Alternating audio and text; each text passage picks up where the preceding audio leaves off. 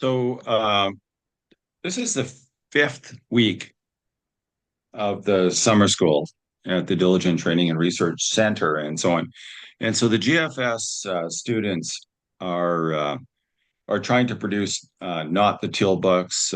They're going through sessions where they have to draft working papers and boxes for the monetary policy report, as well as prepare presentations for board members and so on. So I think it's fair to say that they're being put through the testing machine pretty thoroughly.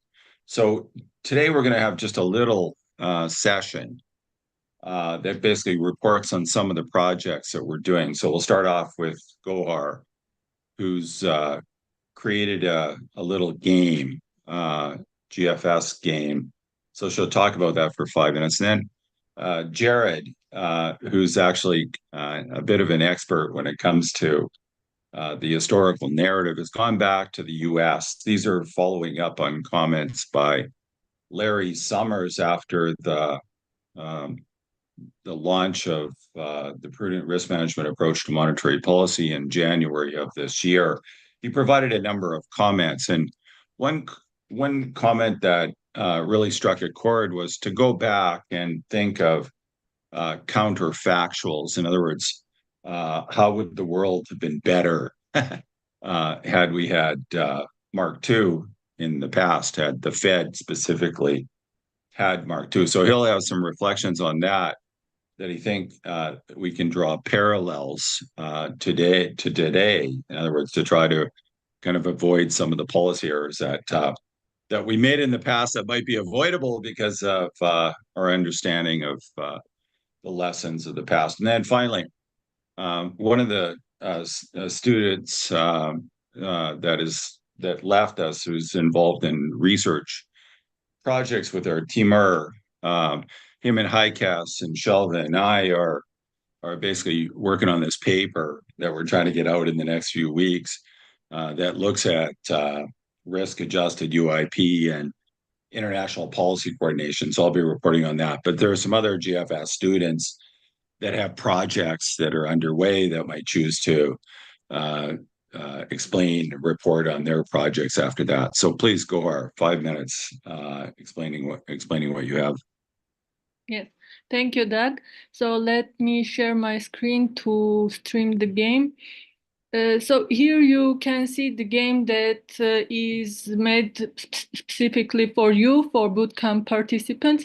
It contains like 35 questions that will be used to test you. So this game is specifically made for you to compete among yourselves. So, but except this one, I have provided you with the link from the Better Policy Project website where you can use that link or type dynamic learning game and get to the topics that we have already made games for. And you can test yourself to get ready for this final test, which we will I don't know, at some point in the future, you will play live this game among yourselves, and then we will track your progress. For now, I suggest you playing this game and one or two questions, and then at the end of the day, we will have a statistics and you will see how you perform. So at this point, let me start the game. And if you have your gadgets, your phone, please scan the QR code and enter the game. Both you, participants of this Zoom meeting, and also those who are watching us in YouTube can scan the barcode and join the game. So please let me know if you have joined. Pick. Okay, Leah is with us already. Type your correct name, please, so that we can later see your progress. Okay, Satan is also with us already. Gor, Hovannes, Emma, Sylvie.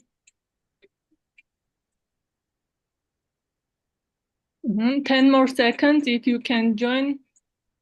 If no, we will start. Okay, Amalia joined. Thank you. Mhm. Marine joined. Martin joined.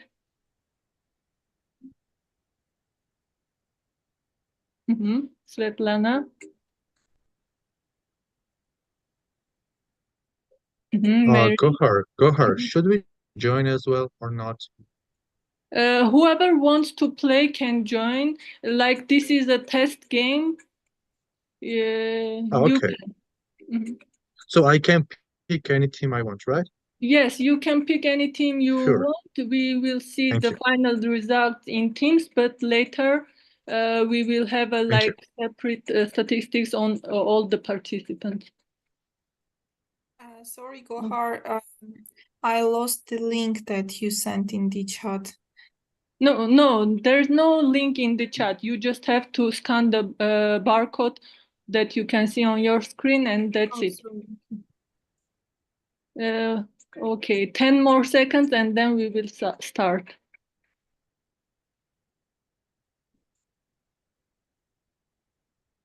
Okay.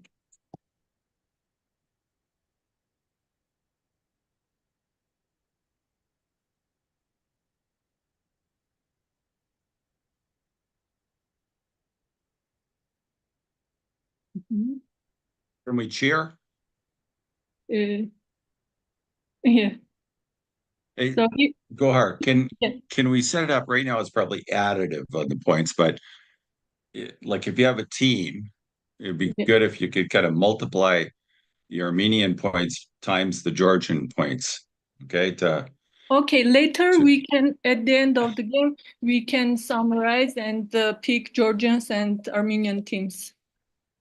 well, I'm well, we could do that too, but it'd be nice to get the Georgians and Armenians to collaborate by taking by multiplying their scores instead of adding them. So if you had one Armenian, four Georgians, you'd be at a disadvantage. You want to have 2 and 3 or 2 and 2, presumably.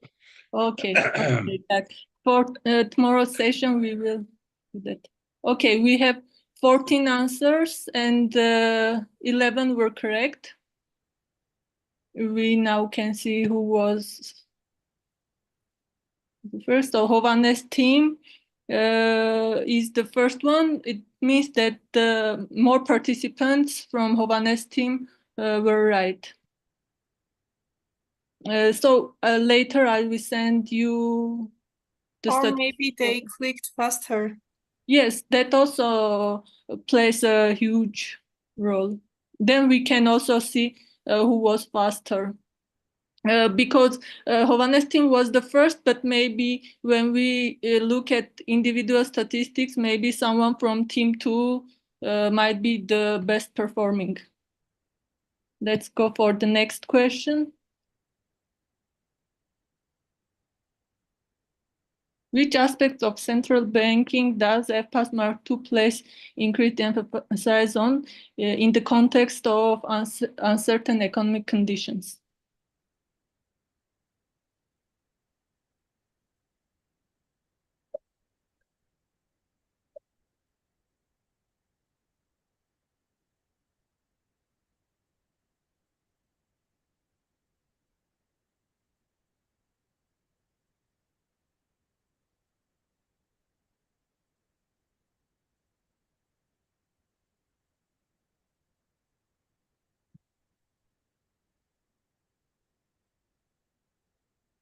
Okay. Now we have 15 participants who managed to answer in 30 seconds and 13 were correct. Okay, Hovannes team is still leading.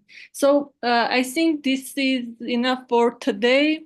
Then I think you like for tomorrow, to get better results, you have to train yourself going through the link. I will resend it, or you just type dynamic learning game and in the Better Policy Project website. Thank you.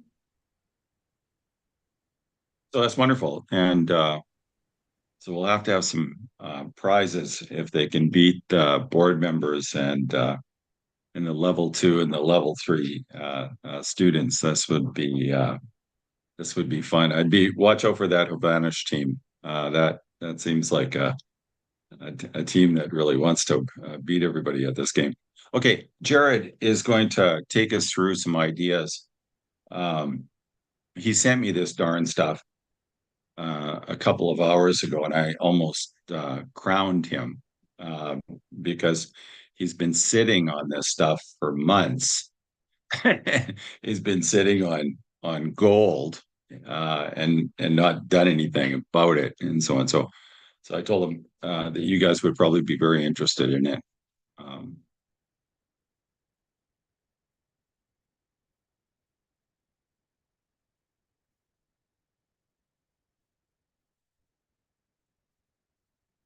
Yeah, so part of this, I've been, I prepared something for the symposium.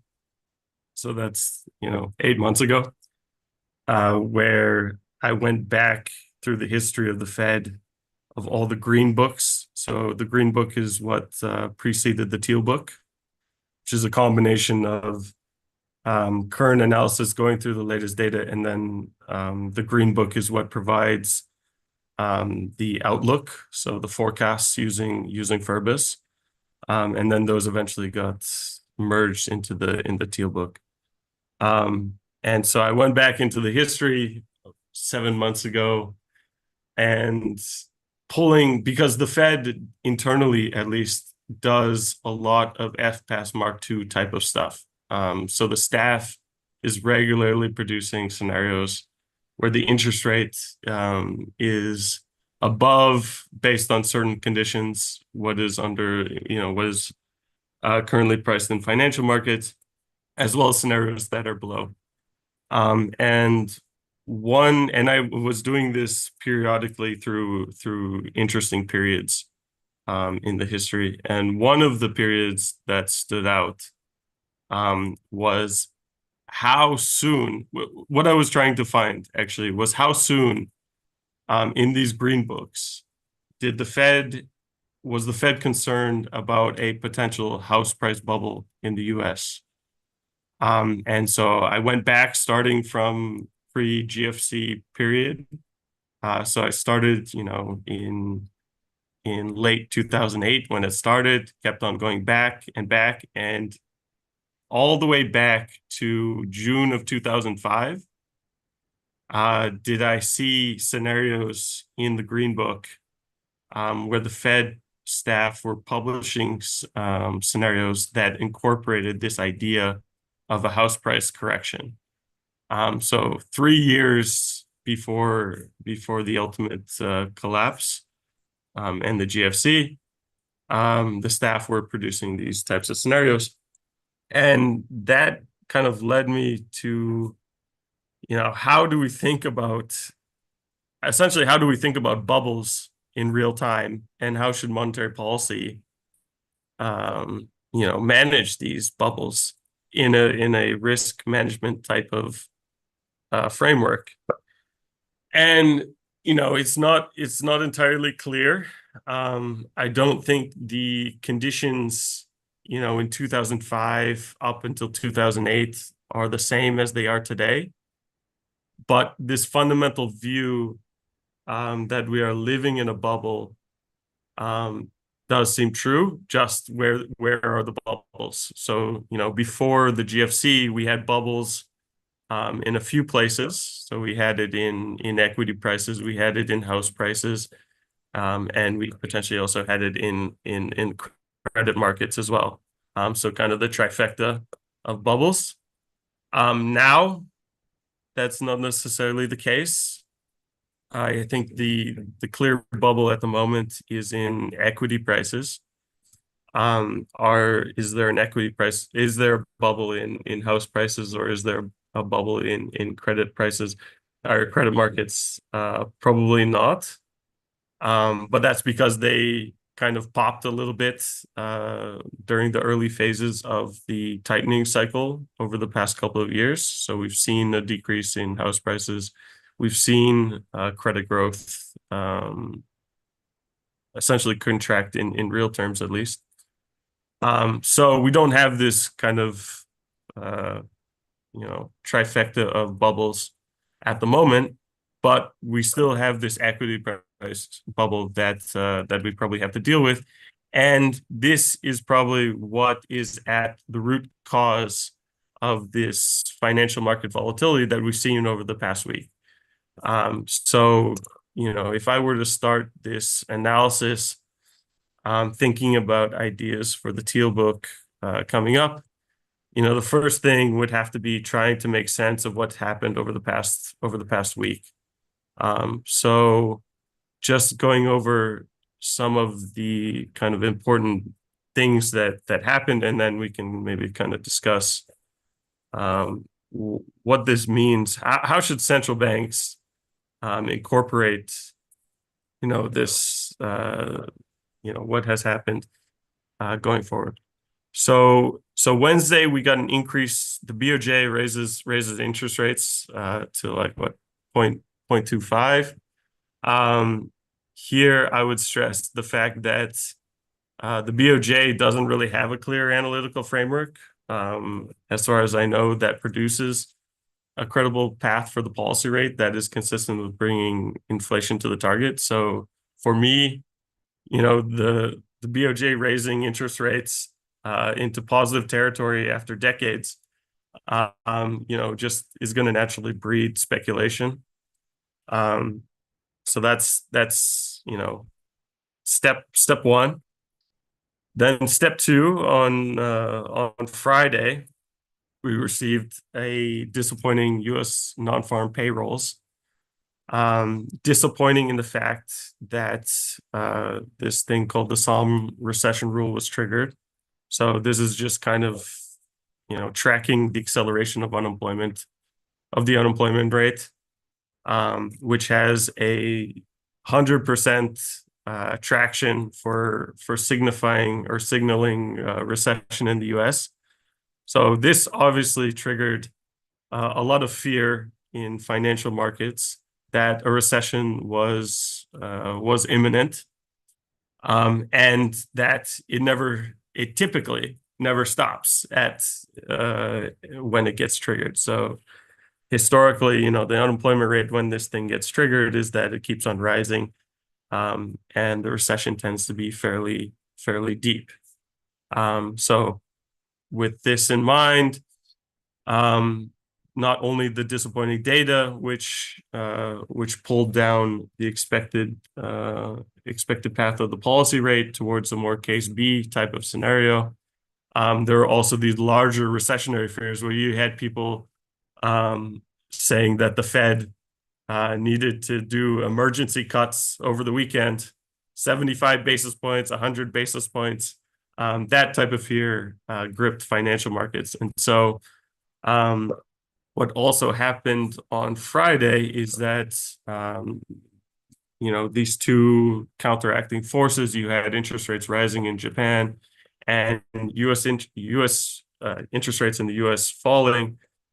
So this thing called the yen carry trade was supposedly unwinding. So people were trying to exit their positions from this trade, where people, essentially borrow in, I guess they borrow in yen at a low interest rate, and try to and move it over to the U.S. to get higher rates of return. But as these margins started to get squeezed, these positions started to unwind, and capital flowed back to Japan, and we saw a large appreciation of the yen. And that was also followed by a pretty broad-based decline in global equity prices. So we saw equity prices fall in Japan and the US, but you could also see it in places like the Euro area. So this is a fairly global phenomenon when we're thinking about this global equity bubble. And so where we are today, so markets have rebounded a little bit. So for me, I would point to the ISM data for the US, which tended to contradict the U.S. farm payroll data. So it actually shows positive numbers throughout that survey. So at least that, I think, took away a lot of the big fears of emergency cuts away from the market in terms of pricing future monetary policy in the U.S. So that's where we are today. We're still, lower than we were before in terms of equity prices. But I would say that's where we are now. And the idea now is to formulate, I would say, a strategy or think about how, the Fed should respond to this set of conditions, where for me, I think this story about that we're in a bubble is kind of confirmed at this point. And we need to start thinking about how exactly the case A's and case B's, look in this type of environment, because it's very different, I would say, from a traditional macro sense. So when you're in a bubble, I think all cases, A or B, tend to all lead to a deflationary type of scenario at the end of the day. Whether it happens today or tomorrow, that's essentially what separates A from B. So A is just the deflationary scenario comes a little bit later. It takes longer, or it just takes longer for us to prick the bubble, let's say. But at the end of the day, we need to come up with frameworks to deal with the potential deflationary consequences of popping a bubble. So for me, that's kind of the new way to contextualize A and B. We've evolved these A's and B's over time. So in the original FPAS Mark II paper, Archer, Galston, and Laxton, it was too early to think about this, the potential of a policy error where the Fed is too loose to respond to more persistent inflationary pressures, which ultimately fuel an equity price bubble. But I would say this is essentially what ended up happening.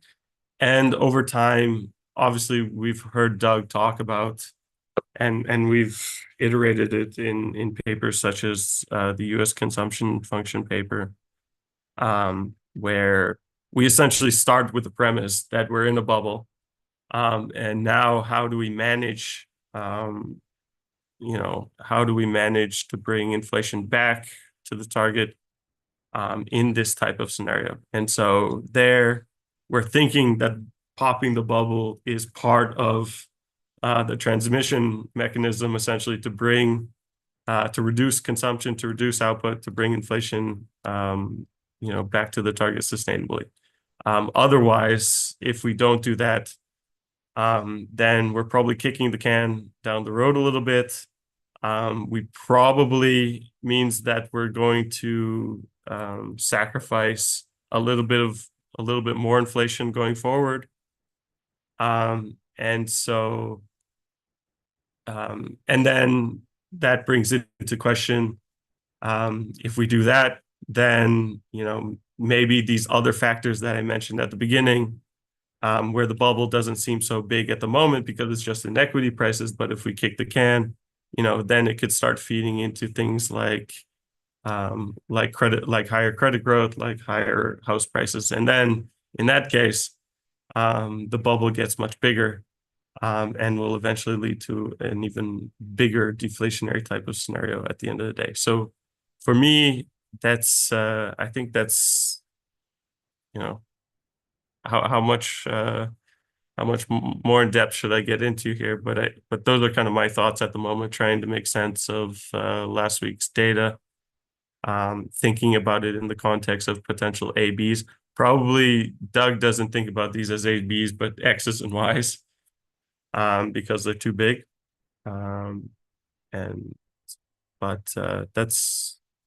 That's what I think I have at the moment. So I prepared these thoughts in a one-pager That's exactly 600 words, I think, on, do central banks need to pop the bubble and how all of this works together into a potential into the framework of AB, as we've been obviously discussing for a while now. So I think that's all I have. Okay.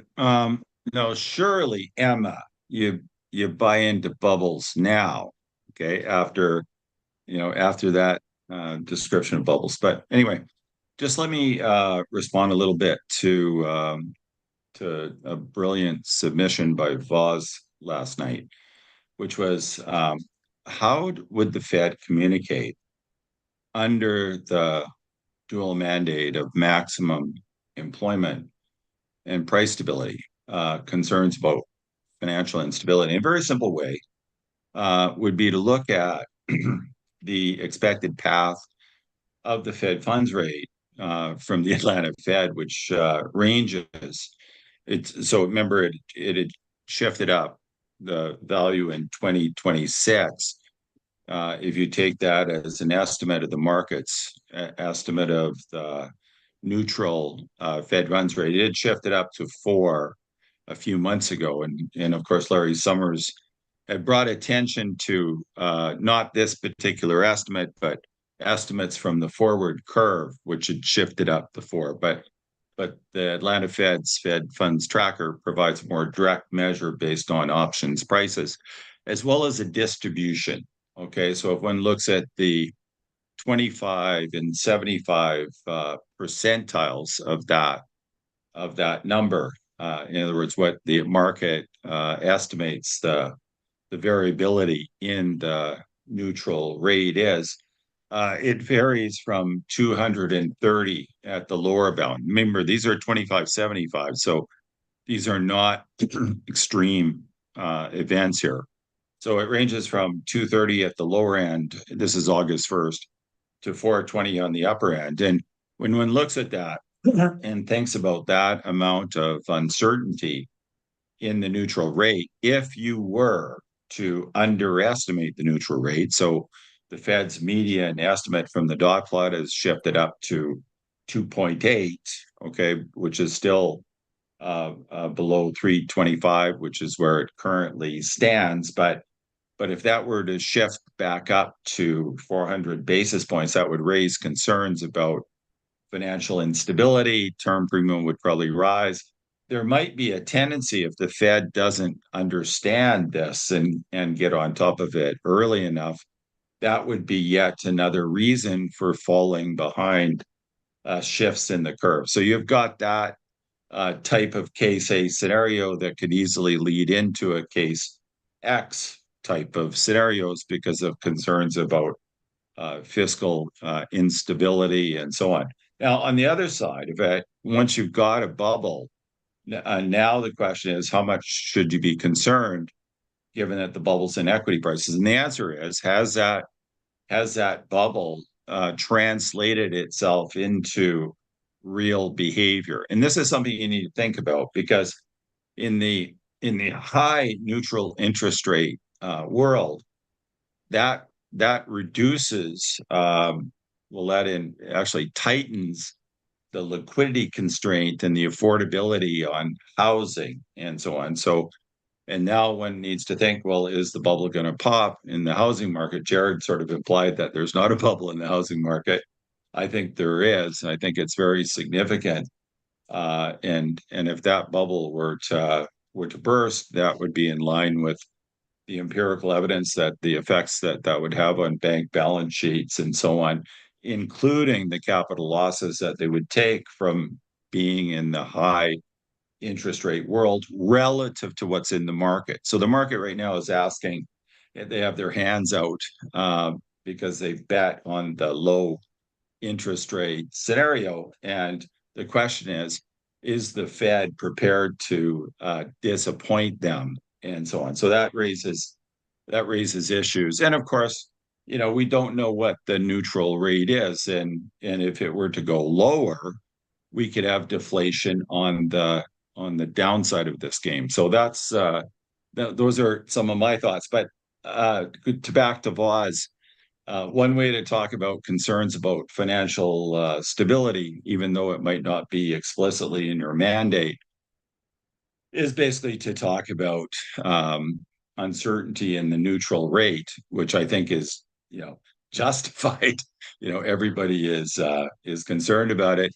Everybody's talking about it, and it's in markets. Like there's tremendous uncertainty in what the market's estimates of the neutral rate is. And to tell you the truth, Fed doesn't have any advantage over the market in this game than anybody else, and it needs to recognize that and so on. But those are maybe some personal views and not to be attributed to the Better Policy project and so on. Okay, so any other comments? Because we're going to switch gears here to basically looking at transmission mechanism channel risk-adjusted UIP. In this paper we just started with Timur and Hikas and Shelva on international policy coordination. So we're going to look at how we can use risk-adjusted UIP to study basically the euro since COVID and so on. So, but does anybody have comments or reactions to what Jared presented?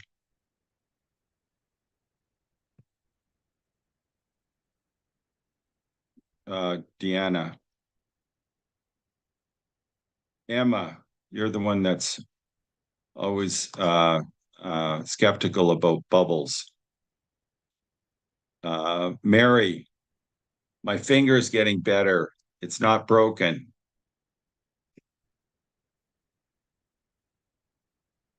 Emma, your audio is not on. Yeah, I'm saying I'm still gonna do my research and then say if I have any questions or not. Because I'm doing a research on the stock market. That's why. Okay, good. Because the argument would be that stock market doesn't really matter because there'll just be winners and losers, and there's rich guys, all just rich guys that own that stuff. It's not real people and so on. Okay, so there you go. Yeah, sure. Okay, so we're going to switch back to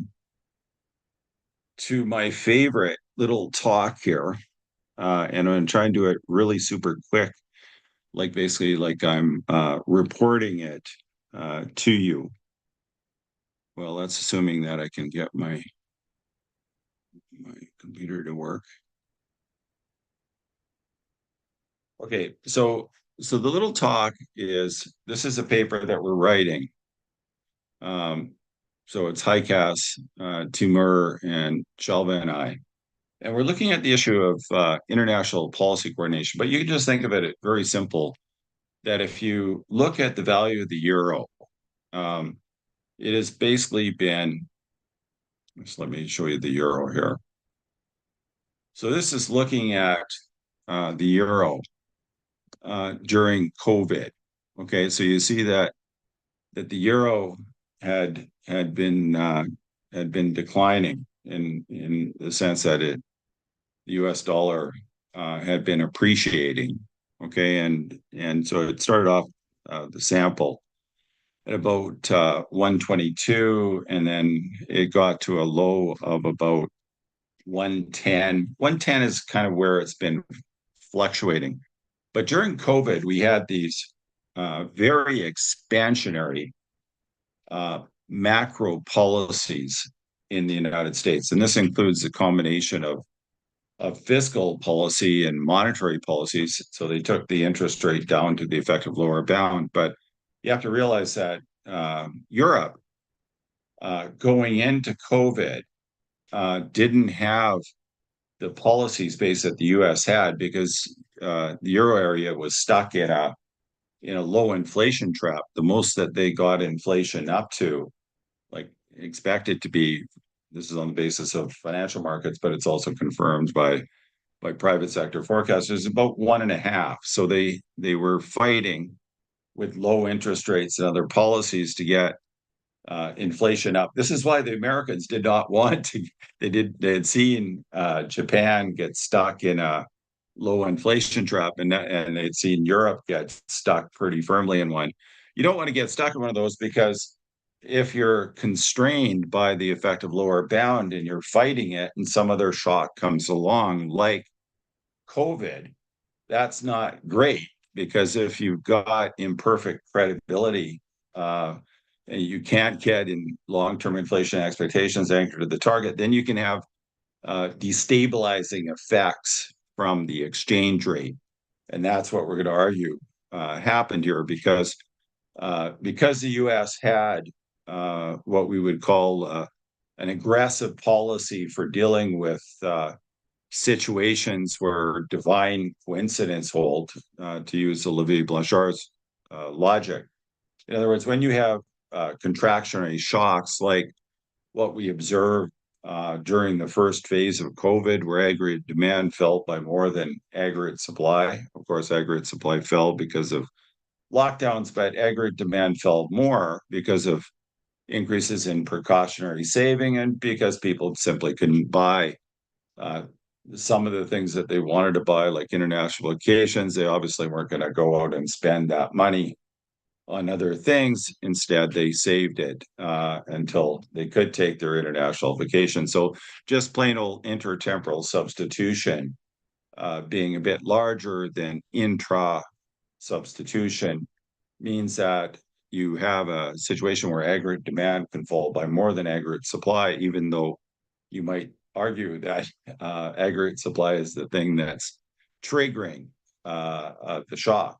So what happens? They have these incredibly expansionary policies, and if we look at data based on bond markets by comparing yields on indexed and conventional bonds. So, for example, we can look at what long-term inflation expectations are expected to be over the next 10 years.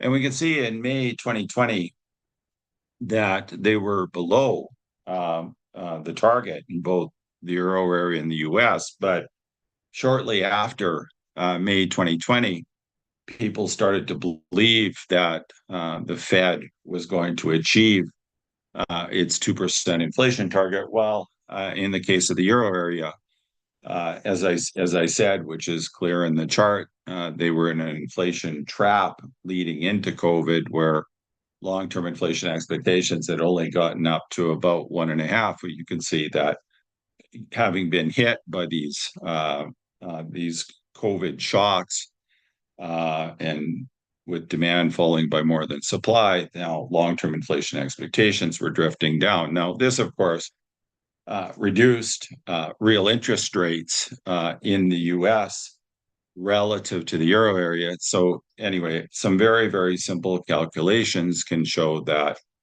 this actually can explain a good chunk of this 10% depreciation in the US dollar. And then that raises the question, well, this represents a 10% appreciation in the value of the euro area. And so this question is, when you have a central bank and a fiscal authority operating so aggressively that it affects exchange rates by this magnitude. Now, these are cyclical effects, but these are obviously bigger than neighbor. They have bigger than neighbor implications, which kind of raises the issue about international policy coordination. So when people studied the issue of international policy coordination many years ago with linear models, they would find that the benefits of international policy coordination were quite small. Now, all those questions need to be reconsidered, because if there are things like non-linearities, convex Phillips curve, again, came back. It had never left us, but it came back to many people and was popularized during COVID, because we obviously not only faced a situation where aggregate demand was shifting around and aggregate supply was shifting around, but the Phillips curve was getting steeper.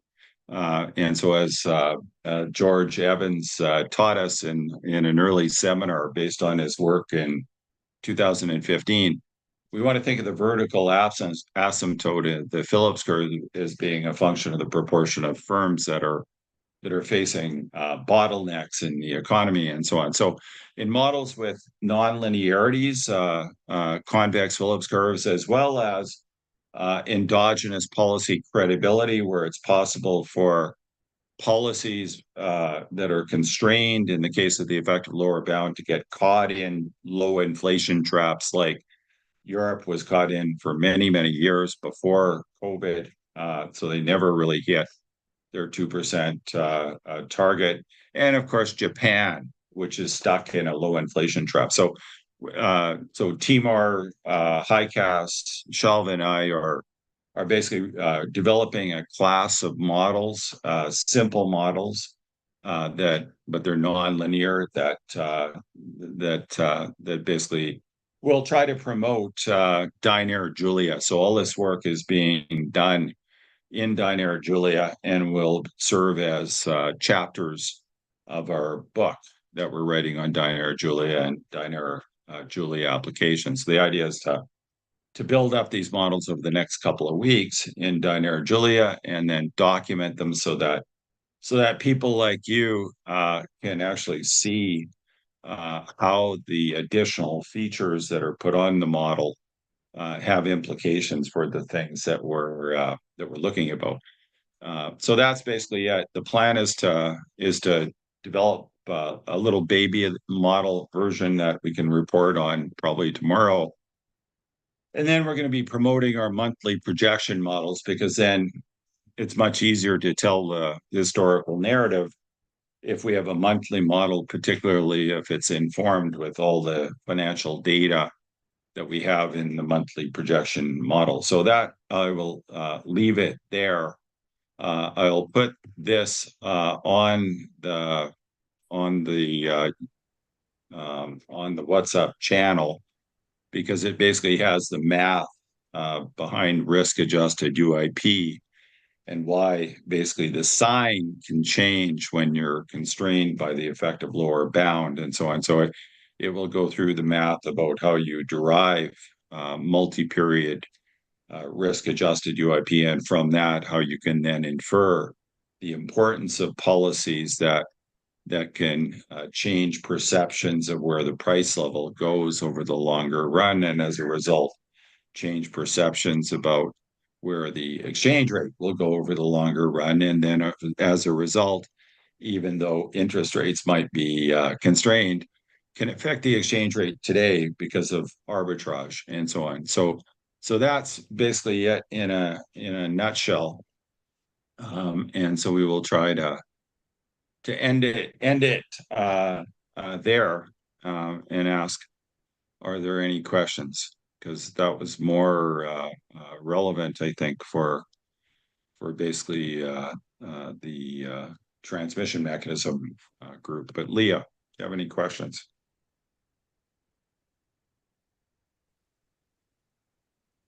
I don't know, but can I ask you to send us your presentation? Maybe we can look at it too. I have a question. Yeah.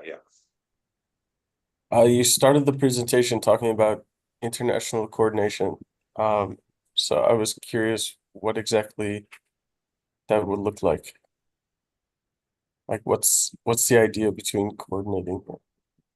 Because it seems highly relevant also to the issue that happened over the past week as well. So is there a way to, is that true? Well, it says, for example, in the case of the US, is really simple, right? Because if you're Olivier Blanchard, right, that's doing the calculations back then and saying, if the output gap is this much and you do a fiscal expansion of this much, that's going to be too much. It's going to be too aggressive, okay, in the case of the US. Okay, and then what you could say is that being too aggressive is going to result in a cost on your neighbor as well. Okay, so you could say that's not a story about international policy coordination, but more of a story of doing good policy management in countries and so on. But that will depend entirely what your take on. If your take is that no, back in that period, they're concerned about the Americans are concerned about getting stuck in a low inflation trap like Europe, then they might say, no, that was the right policy. Okay, and Europe just has to get their act together and figure it out by themselves and so on. So when I talked about that international policy coordination, I'm thinking more about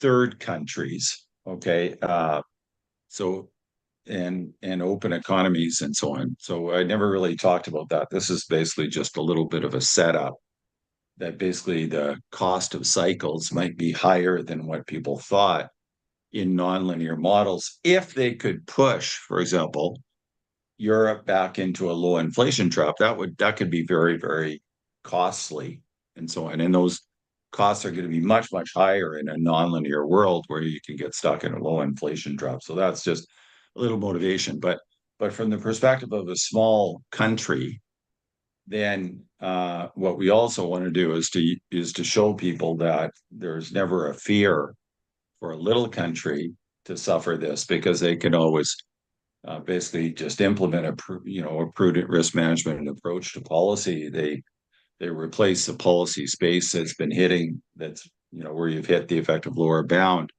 This would be like an extended check, November 7th, 2013 policy. So if they hit the effective lower bound, it's not a problem whatsoever, because they can always do an FX intervention framework that creates a floor for the exchange rate. And the check showed, not perfectly, but almost perfectly, how little central banks don't have to worry about that. Now, they would have to sell it. In the short run, it means a depreciation, and you do have to explain that if you're successful in doing that, you're going to end up a much stronger economy if you can escape a low inflation trap, that you're not going to be a problem. You're not going to be weaker down the road, because you'll have stronger domestic demand, you'll have stronger imports, and so on. So you have to sell that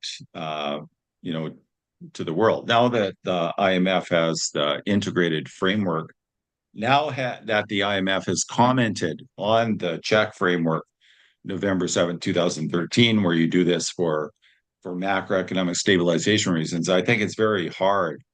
The IMF can't really go after you, because there's already a good precedent that if you're trying to achieve macroeconomic stability, that's probably going to be good for your neighbors at some point. And if that involves, using the exchange rate in the short run to obtain that, then so be it. It does raise issues about bigger countries like Japan and Europe and the US, where it would have to be some sort of, if they were being hit by a global shock, there would have to be some sort of cooperation or possible coordination to prevent some of them from getting stuck in a trap. If you thought that trap had very long-term consequences for the global economy and posed risks and so on. So just think about Japan. It had the early stages in the 1990s. Had they developed FS Mark II? So it's back to Jared, to your looking back in time, the Larry Summers stuff.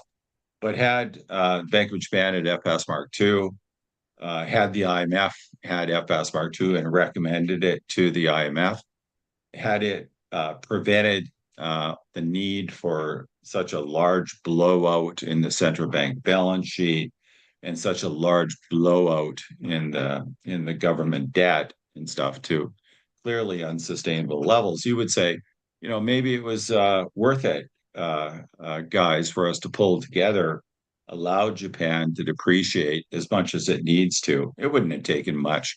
I mean, if 10% wouldn't have worked, then you do another 10.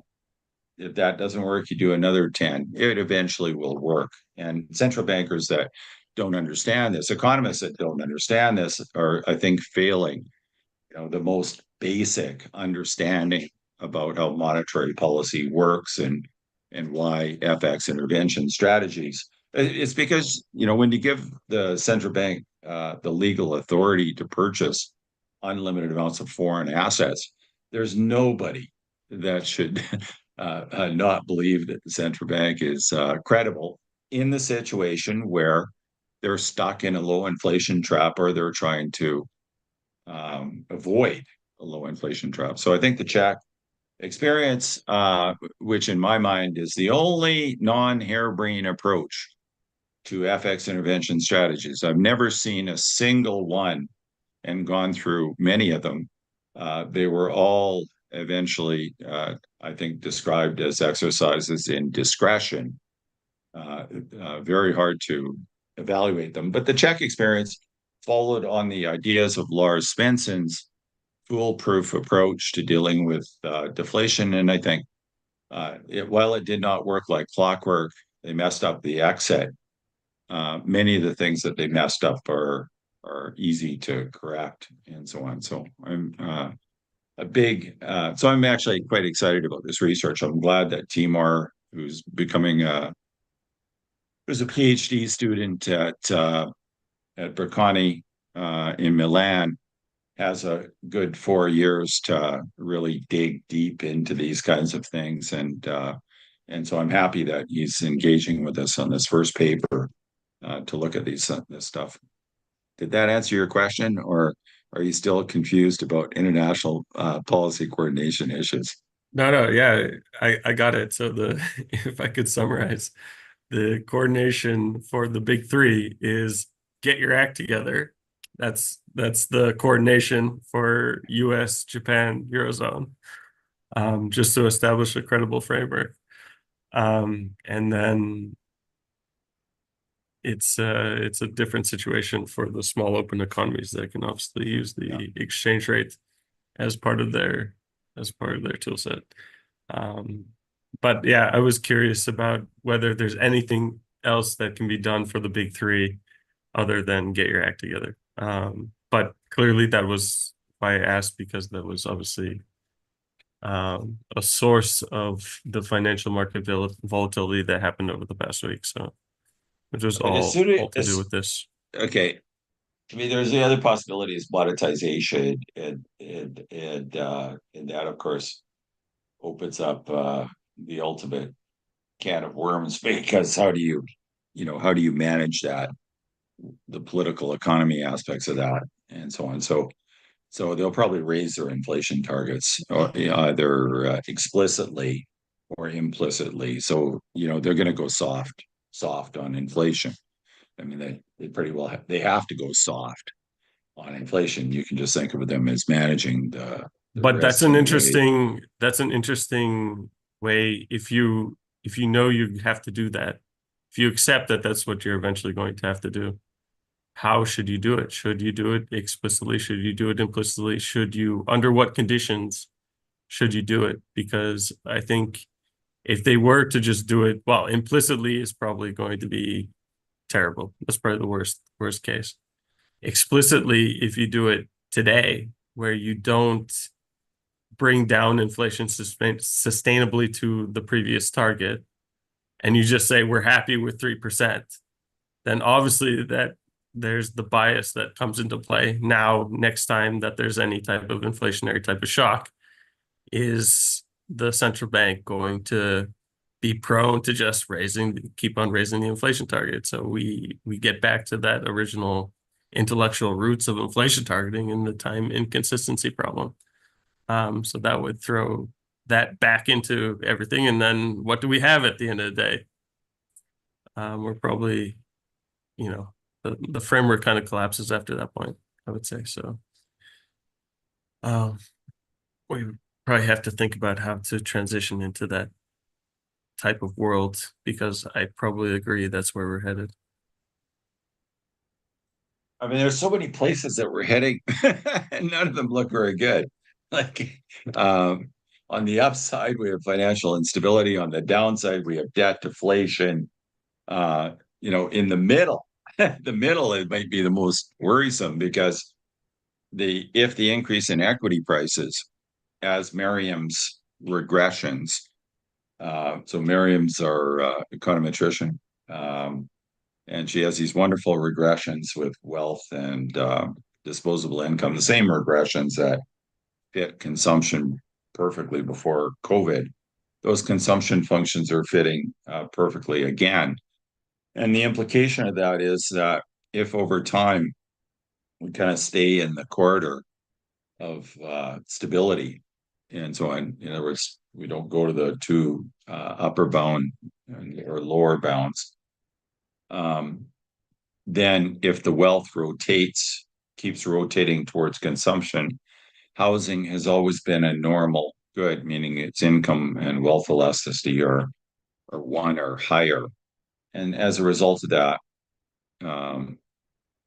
we will have the rotation of wealth into housing. And if that happens, then we'll have the good old-fashioned conditions of all past financial crises, which is the combination of a property price bubble and an excessive leverage and so on. So this would be, the economy plays out over the next several years, in this narrow region, and property prices continue to grow. We need to look at the data. I just looked at the Case-Shiller. I still saw bubble types of numbers. The price level hasn't changed enough since COVID began. I mean, relative to the trend, 2% target and stuff, the PCE and CPI is not up anywhere near how much house prices have increased and stuff.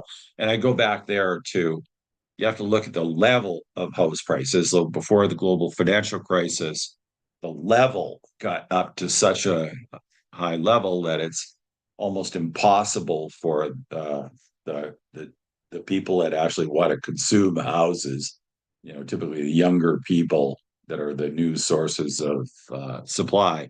So once those prices get so high, where effectively the parents have to do generational transfers to give them money for down payments and stuff like that. That's China. That was the situation in China, and that was the situation before the global financial crisis. So, and the other thing too is that the reason why I'm much more skeptical about everyone's assessment of financial stability right now is that they're looking at leverage ratios relative to GDP or disposable income and so on. And that GDP ain't safe. And that disposable income ain't safe. In a world where there was, a big contractionary crisis-like situation, the income actually declines too. So I think people are, that look at ratios, leverage ratios are, could be getting it wrong, because if you are in a whopper, okay, now, yeah, you have to realize don't misinterpret me, because it still is in equity prices, and that means that it's far less dangerous than if it was in property prices. But there are now people, older people in the population that are counting on some of this, this equity prices to consume. It's still small, luckily. But if there were to, be domino effects in going through the banking sector and stuff because of people believing the 420 scenario for the neutral rate and maybe 100 or 200 basis points for the term premium, that would take us into a pretty dangerous world and so on. Okay, so I put Deanna completely to sleep with my very optimistic views today. Never, Doc. I had never And slept during your presentations. I like Okay. the idea of a 420 scenario, though. What's a 420 scenario?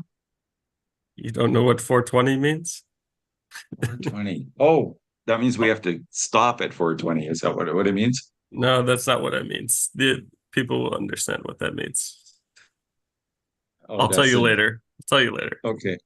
Okay. You'll fill me in later. Okay. Thank you very much. Anybody, anything else? Sylvie?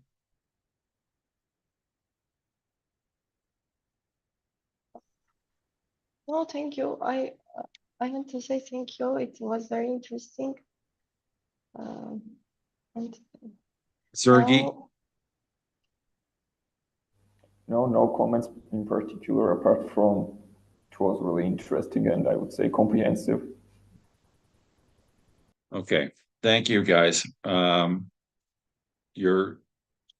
They're having a lot of fun. We've given them a 3-day deadline to draft a working paper, a presentation to the board, and a box for an MPR. Okay, like how many central banks in the world would expect that from their staff?